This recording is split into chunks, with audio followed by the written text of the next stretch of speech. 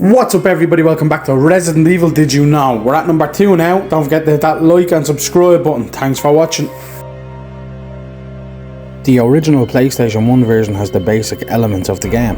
It has A and B scenario and an unlockable Gatling gun, rocket launcher and submachine gun. There is also an arranged mode with these weapons already unlocked, especially on the easy difficulty. And if you beat a character's B scenario with an A ranking, on either the first or second scenario, you unlock the fourth survivor, where you play as Hunk, an umbrella agent, trying to escape the police station. So if you beat the full game 3 times, 6 scenarios, A, B, A, B, A, B, and if Hunk is unlocked by that time, you unlock the Tofu survivor, where you run through the same level as Hunk, but as a giant block of tofu, with more health and equipped with a knife. And it was super fun to play as Tofu. So after the release of RE2, after it sold tons of copies, came Resident Evil 2, the DualShock version. So it's the very same as the original RE2, the only difference is it has rumble support and you can use the analog sticks instead of the D-pad, but it also added a whole new game mode, Extreme Battle Mode.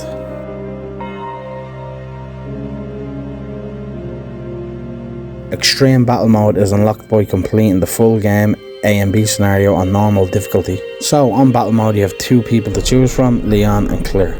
And you have to get from the end of the game in the Umbrella Lab back to the start of the game in the RPD. When you get to the RPD you have to find 4 bombs around the police department. So after playing for the first time and you complete the game, difficulty level 2 is now unlocked and where you can pick Ada 1. Upon completing Battle Mode with Ada, you then unlock level 3, which you can now choose Chris Redfield. And the developers didn't just rip off his RE1 skin, they actually made him a complete new RE2 skin. The only thing the developers did port over was his voice. It's just amazing that the developers gave Chris his own unique RE2 model. And from these next clips coming up you can really see how strong Chris was. So now we're going to take a look at Leon when he fires the shotgun. So with Leon now you can see him staggering back every time he fires the shotgun. And on the other hand, Chris does not. He stands there like a brick wall, unfazed. He might not be the brick shithouse he was in RE5, but you can tell he's a lot more stronger and heavier than the rest. And now we are onto the port, so we're going to start off with the Nintendo GameCube. So the GameCube port is the PS1's DualShock version ported over. It also has analog and rumble support and Extreme Battle Mode. But there are some differences. Regarding its hardware, it's the only international release of RE2 to have everything on one disc. All other versions have 2 discs, one story for Leon and one for Claire. One of the first major differences is the title voice sound when you hit new game or load game. Most players are probably used to hearing this. Resident Evil 2. And on the GameCube version there's this. Resident Evil 2. I was very curious why they changed this. I couldn't really find much on this, but this is my theory. So when Nintendo got Resident Evil Remake, 0, 2, 3 and RE4, all of their title screens sounded the same. So I think they wanted a different voice to the PS1. They kept this voice for consistency. And another minor difference the GameCube offers is a showcase of the characters' FMVs from the B scenario instead of a black screen like all the other RE2 versions of the ending credits. Another change is you can skip in-game cutscenes. But don't you worry, girl. You could always skip FMV scenes, but on the GameCube, in-game scenes are good to go. But there are a few exceptions where you can skip. You can skip the ending credits, or where Leon, Claire and Sherry get on the escape train, or the final FMV scene on B scenario. But in-game cutscenes, there's only 2 you cannot skip. Normally when an in-game cutscene gets the lower and upper black bars, it indicates that the cutscene is happening, but there is a bit in the beginning you cannot skip. So upon entering the police station, the first room you can enter is the one with Marvin where he gives you the blue key card. He'll kick you out of the room and then this happens. It's only about a second long, but you can't skip it. You might think it's so short that that's the reason. But then there is an identical door locking scene when you got off the tram to fight William Birkin. And yes, you can skip this one, but not the first one with Marvin. And one other scene you cannot skip is William Birkin's final form. It's such a great scene, so I don't blame them for not letting people skip.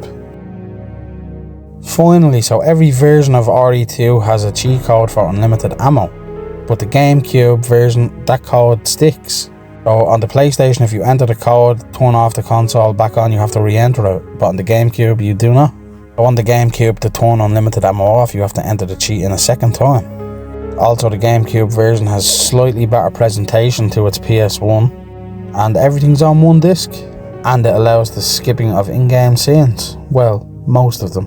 And now we are here with Resident Evil 2 Platinum Edition on the PC.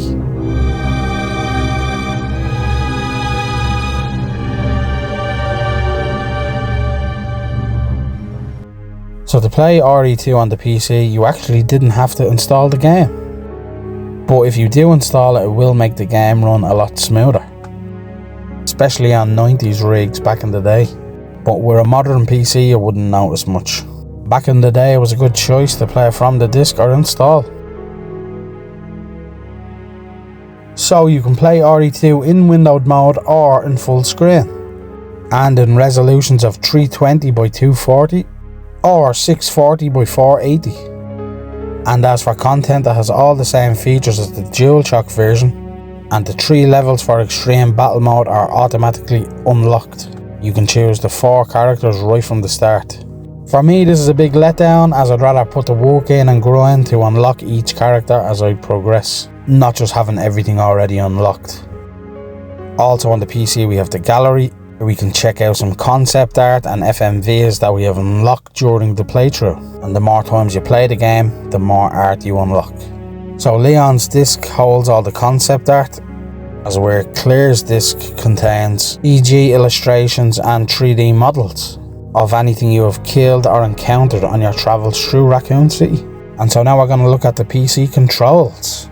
Lots of games offer customizable controls. This goes beyond that and actually shows what the button does, while Leon is standing in front of a mirror.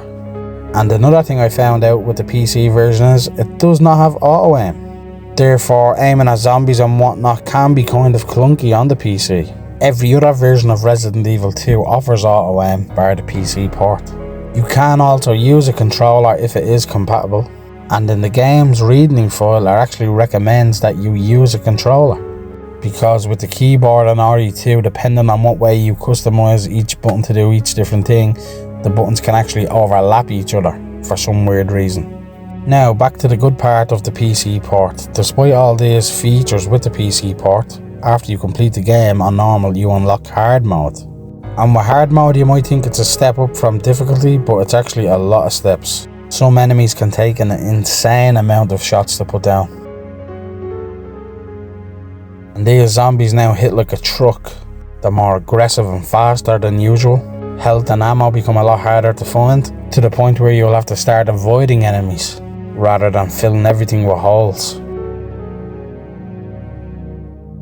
However, one good thing to come from hard mode is, just like the Resident Evil 1 Director's Cut range mode, your handgun has a chance of a critical headshot. You may get lucky and actually spend less ammo than you would normally. But that said, I wouldn't bet on it. And one other really cool feature with the Platinum Edition on the PC, you can't skip in-game cutscenes, but you can skip door loading screens. And you do open a lot of doors in this game, so it adds up. Also on the PC version of RE2, you can skip the last FMV scene, and you can also skip the credits.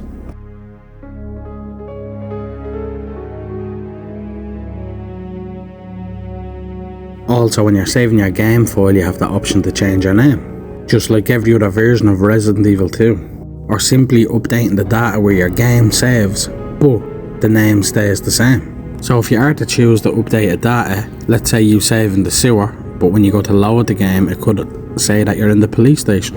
And I don't know why this option exists, because for me, it would be confusing as fuck. There is one more thing though. A second PC version was released only in Japan and it was for Windows XP.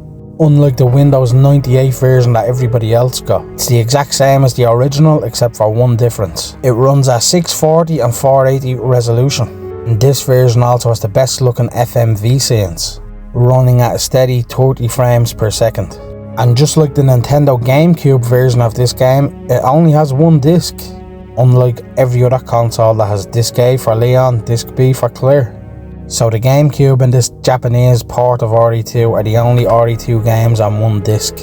And just like every other RE game in Japan, it's voiced in English but the text is in Japanese. So unless you know the game inside out or know Japanese, this might be a bit more difficult. Especially if you've never played the game before, you wouldn't have a clue what's going on. But I do know of a mod out there somewhere for this port you can get the text into English. And now we are on to the Sega Dreamcast port of Resident Evil 2. So the Sega Dreamcast port has the same features as the PC, right down to the screen showing how to adjust the brightness on your monitor. It even has the key config screen. But unlike the PC, there is some things that you cannot customize. You cannot change directional controls, which also means the analog sticks. You can't skip door loading screens, but it has extras. But it does lack music tracks, like in front of the police station. We will go and teleport over there now.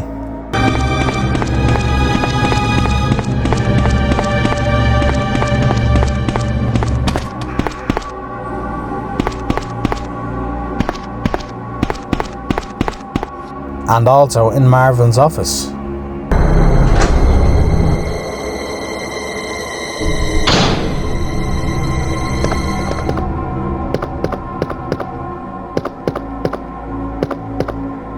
This is the Japanese version on the Dreamcast, but every other version on the Dreamcast also hasn't got that music.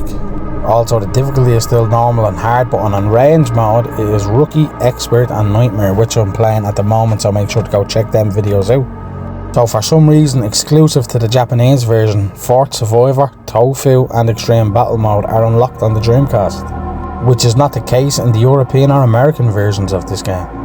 And also with the Sega Dreamcast version for RE2 and Code Veronica, you get a real-time display of your health and bullets from the VMU on the controller, Virtual Memory Unit. It keeps track of your ammo for whatever gun you have equipped. It even shows the infinity symbol when you use the infinite ammo key.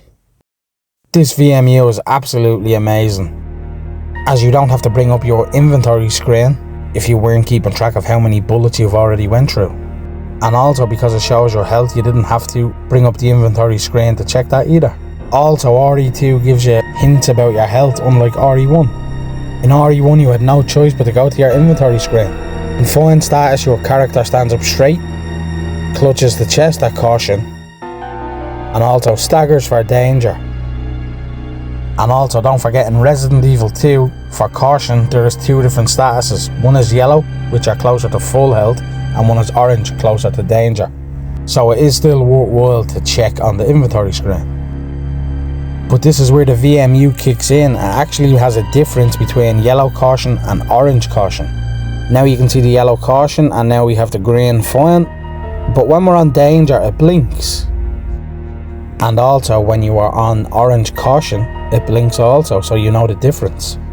So really, with the Dreamcast VMU, you literally only need to bring up the inventory screen to change weapons or change an item.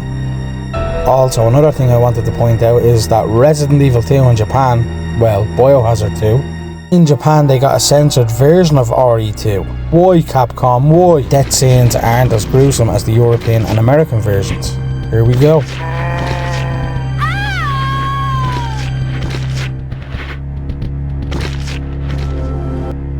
Meanwhile, we got this, and I'm glad we did.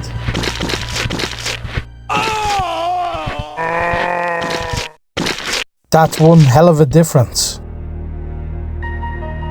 And one other thing about Biohazard 2 is that it's generally more easier than Resident Evil 2. That there's less enemies, which, why again, baffles me. But one thing the Japanese version did get was the S rank.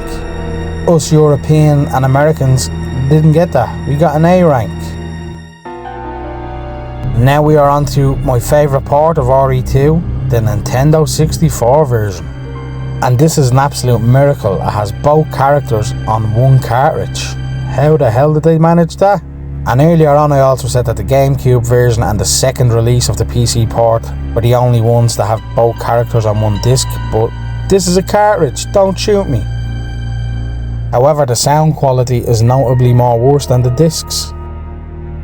Oh, you must be the new guy, Leon. Sorry, but it looks like your party has been cancelled. Oh, you must be the new guy, Leon. Sorry, but it looks like your party has been cancelled. But as for the visuals, its graphics are on par with the PS1, and because the game is compatible with the expansion pack for the N64, it can actually look better than the PS1. However, the FMV scenes were heavily compressed and are at the lowest quality compared to any other port. But with that said, it's so impressive that they even got FMV scenes onto this cartridge as the two characters. And speaking of FMVs, here's one thing that's easy to miss. In either character's A scenario, there is an extended sequence for the first time Annette Birkin appears and explains how her husband William Birkin transforms into the main antagonist of the game. So in Claire A, Claire talks to Annette, but in Leon A, Ada talks to Annette. And during the FMV, it stops the flashback where your character will say, "Are you telling me he injected the G-Virus into his own body?" And then Annette talks to Ada or Claire. But take a look what happens with Ada. Are you telling me that he injected the G-Virus into his own body? Did you notice that? No? Okay, one more time. Are you telling me that he injected the G-Virus into his own body? It's a small change really, but that's not Ada talking, that's Claire. But here's how it should have sound. Are you telling me that he injected the G-Virus into his own body? This is a massive FMV scene, to be fair. Even though a different version plays for different characters, it is visually on par with the PlayStation 1. And I think this was also done to save space, instead of putting in two joined FMV scenes just with different voices. So they just put in one FMV and used it for both. If you didn't know that, you might raise an eyebrow when you first heard it. But other than that, everything runs smoothly. The developers Angel Studios done a crazy job with this port. Another thing to note is that B scenario ending credit music ain't there. Instead, A scenario music plays. Rella.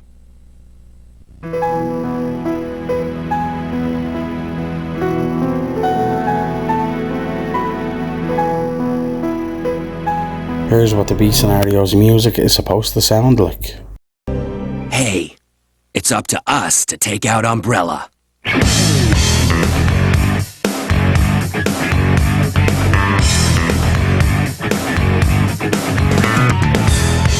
And now there's one last technical thing to talk about, and that's the save feature.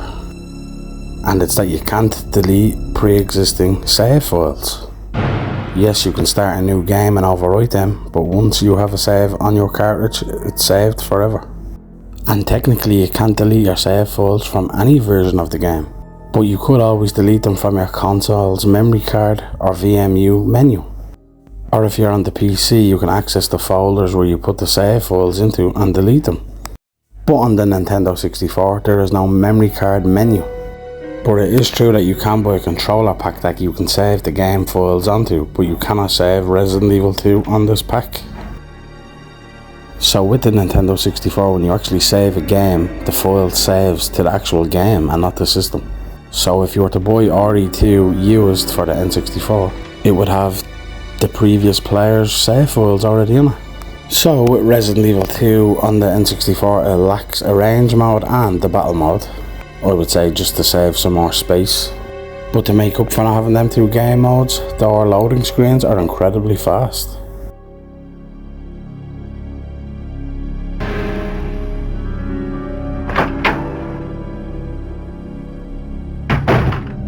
Also, the Hunk and Tofu scenario is in the game and can be unlocked normally. and you can be unlocked immediately with push button codes from the load screen. So when you get to the load screen, input the respective codes and you'll be teleported to that scenario. Also, the infinite ammo key has to be done on the load screen, but surprisingly, when you're actually in game, it doesn't have the infinite symbol beside your guns.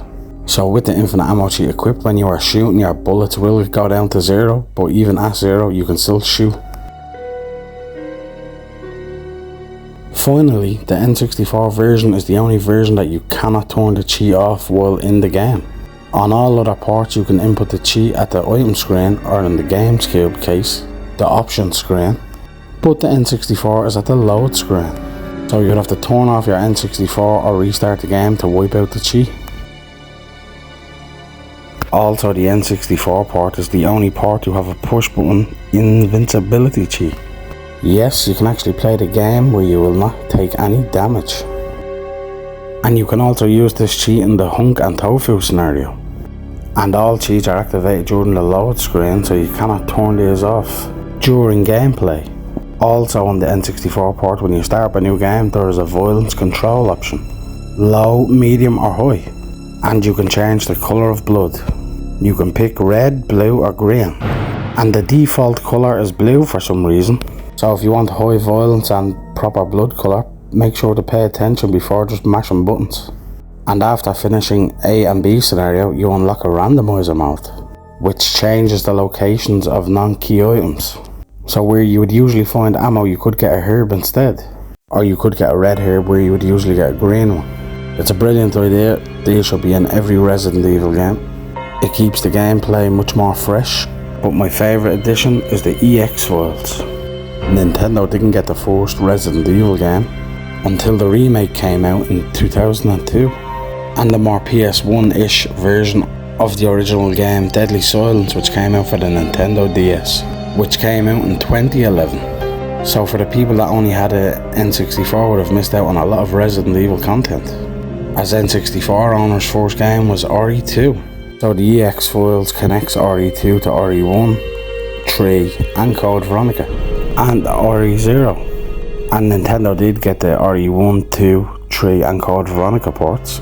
One of the files even connects to Resident Evil 0, which was only being developed at the time. The 16 EX files can be found throughout the game, but not in one playthrough. Some are found generically in the A and B scenario, but other files can only be found in character-specific areas. This, on top of campaign changes, also gives a hell of a lot of replay value, so players can find every note in the game. As far as in-game extras, there is a control setting to get rid of the tank controls, unless you play with the standard 2D setup, where up is up and down is down, and left and right are in their respective directions, as opposed from up being forward with tank controls, where your character might go down if you press up, if your character is at the bottom of the screen. So if you hate tank controls, get the N64 version of RE2. Also, Leon and Claire have different special costumes. They are not additional costumes, they are replacements. And one thing I found interesting was one of Claire's new costumes comes with that SAA revolver. And if you put the costume back, you can still keep the revolver. And as for Leon, in other versions of RE2, 2 costumes he could shoot his pistol faster, but on the N64 port, only one allows him to shoot faster. I wonder why the developers made this change. I find it quite interesting, to be honest. And the game's passwords have been changed as well. So the first one you'll notice is the safe in the police station. That contains the shotgun ammo and map for Leon, or the acid rounds for Claire. And that code is typically 2236. But on the N64 it's 4542. And towards the end of the game, in the Umbrella Lab, if you want to scan your fingerprint, you will need to log onto the computer and type in the password guest. But on the N64 version, the password is Nemesis, which is a really nice touch, connecting RE2 and RE3 even more. And one last thing that I really love is when you unlock the room that you need to scan the 2 fingerprints to open. And this room can only be opened in the B scenario. The N64 port of RE2 lacks Chris Redfield because there's no extreme battle mode, but in this room we can see a hunter from Resident Evil 1. And before entering this room, if you have previously picked up the submachine gun, there will be a full magazine on the ground waiting for you. Also in the N64, when you get the congratulations screen, it's much more blue. And finally, the N64 credits have an entire section dedicated specifically to Angel Studios, who developed RE2 on the N64.